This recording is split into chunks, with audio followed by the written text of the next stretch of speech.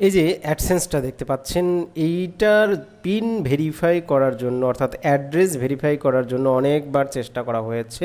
মূলত 4বার pin recent করা হয়েছে, তারপরেও পিন আসেনি।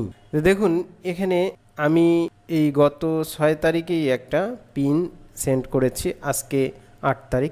এরপর পরবর্তী পিন সেন্ড করতে হলে আরও 3 সপ্তাহ অপেক্ষা করতে হবে। তো অলরেডি আমি 4বার পিন সেন্ড করে ফেলেছি।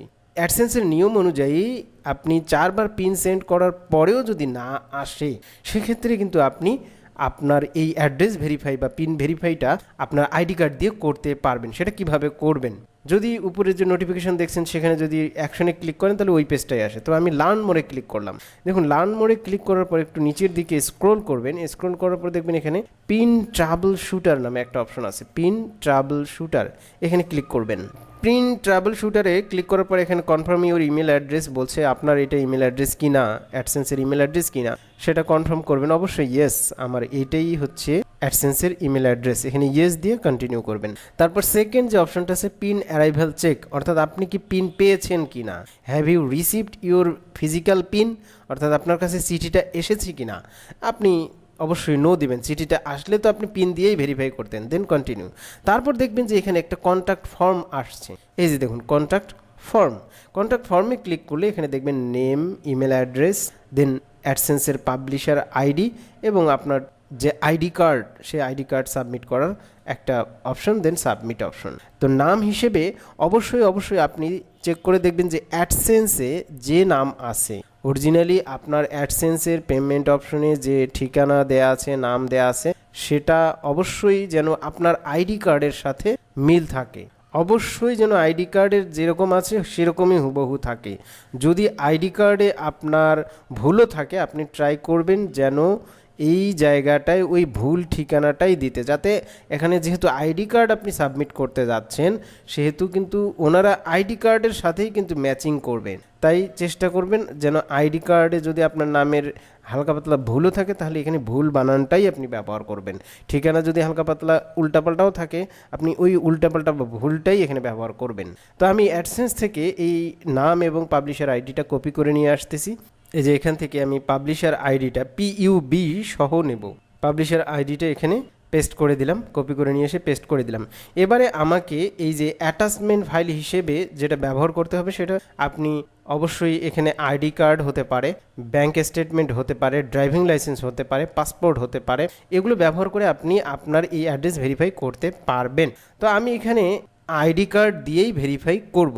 তো আইডি কার্ডটাকে অবশ্যই আপনি মোবাইলের যে ক্যামেরা আছে সেই ক্যামেরা দিয়ে স্পষ্টভাবে সুন্দরভাবে একটা ছবি তুলবেন, যেন তার এজগুলো অর্থাৎ সাইডগুলোও দেখা যায়। আবার অনেকেই আছেন যেমন দেখা যায় যে অনলাইন কপি দেয়, তো অনলাইন কপিগুলো দেখা যায় যে ওই সাইড এজগুলো দেখা যায় না, একদম ফ্রেশ দেখা যায়, সেগুলো কিন্তু ওরা অ্যালাউ করে না। দেখুন আমি এই ছবিটা যেভাবে দেখিয়েছি ঠিক সেভাবে আপনারা আপনার আইডি কার্ডের ফ্রন্ট পার্ট এবং সেকেন্ড পার্ট, ব্যাক পার্ট দুইটা একসাথে করে এভাবে আপনারা যদি আপলোড করেন, তাহলে দেখবেন যে এটা ভেরিফাই হয়ে যাবে। 2-1 মিনিটে লাগবে। এই যে এখানে দেখুন এখনও ভেরিফাই অপশনটা দেখাচ্ছে যে এখনও ভেরিফাই হয়নি। তো আমি এই যে আইডি কার্ডটা এখন আমি এখানে সাবমিট করার পর দেখুন এখানে সাবমিট একটা অপশন দেখাচ্ছে, সেখানে ক্লিক করে দিলাম। সাবমিট করে দেওয়ার পর দেখাচ্ছে your email has been sent. ওরা বলছে এটা সাবমিট হয়ে গেছে, গুগল সাপোর্ট টিমের কাছে 24 ঘন্টা পর্যন্ত সময় লাগতে পারে, অথবা সর্বোচ্চ 48 ঘন্টা পর্যন্ত সময় লাগতে পারে। কিন্তু যদিও ওরা বলে 24 ঘন্টা 48 ঘন্টা, তারপরেও এটা নর্মালি 2-1 মিনিটের মধ্যেই হয়ে যায়। এখন যদি আমরা অ্যাডসেন্সে যাই, অ্যাডসেন্সে গেলে দেখবেন এখনও কিন্তু আপনার ওই নোটিফিকেশানটা দেখাচ্ছে। তো এই যদি এবার পেজটাকে আমরা রিলোড দেই, দেখবেন যে ওই নোটিফিকেশানটা আর নাই, আপনার নর্মাল যে অ্যাডসেন্সের হোম পেজ সেটা চলে এসেছে। দেখুন তার মানে এখন ওই নোটিফিকেশানটা নাই, তার মানে এটা ভেরিফাই হয়ে গেছে। যদি আপনি আবারও রিলোড দেন, দেখবেন যে কোনো প্রকার ওই নোটিফিকেশান নাই, অ্যাড্রেস ভেরিফিকেশানের ওই ভেরিফাইয়ের অপশনটাই নাই।